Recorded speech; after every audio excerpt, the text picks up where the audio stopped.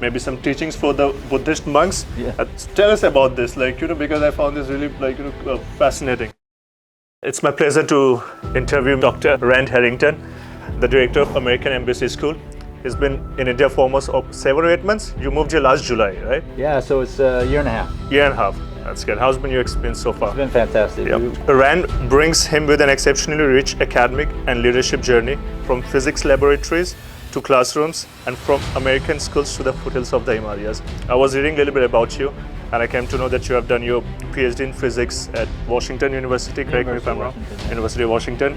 And then you were also doing maybe some teachings for the Buddhist monks. Yeah. Tell us about this, because I found this really, fascinating. How did you, from US and Yeah, well, there was a curriculum I was working on called Physics by Inquiry for elementary school teachers, and I had authored some of that. And the Dalai Lama had decided, he was doing the Mind Life conferences, and decided that the monks needed to know a little bit more basic Western science to be able to engage with. So it was the idea of the Dalai Lama? Came from the Dalai Lama. Okay. And so he decided to interject some basic Western science into the monastic education of these monks. And he sent Angkok Rinpoche, one of his, he was the head librarian, archivist. What was his name? Dharamsala, Angkok Rinpoche. Okay. And so he came to the U.S. and looked around, and they needed something that was basic, but intellectually high level. Yeah. And so they discovered this curriculum, Physics by Inquiry, and I had a friend that went, and I ran into him. He goes, "Rand, you have to go. they're using your materials." And so I got invited to go back. We did 3 weeks where we worked with, there were some Cornell professors and UC Berkeley professors that were doing, we did math. They did math for part of the morning, and then they did in Dharamsala. In Dharamsala, yeah. And TCV, Tibetan Children's Village Schools.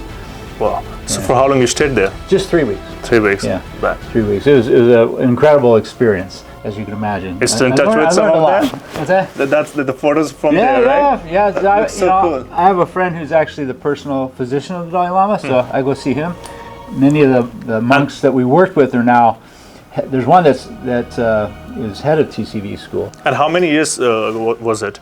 This is a number of years ago. It was like 15 years ago. So it's not your first time here in India, That's right. I've been here a number of times. And maybe that kind of motivated you also to make your decision when you were coming here? It did. Yeah, my wife was an international Rotary governor, so she came to India to do service work. And she had come a number of times. And we both fell in love with India, fell in love with the people of India. And so when this opportunity came up, it seemed pretty natural for us to aspire to be here, and here we are.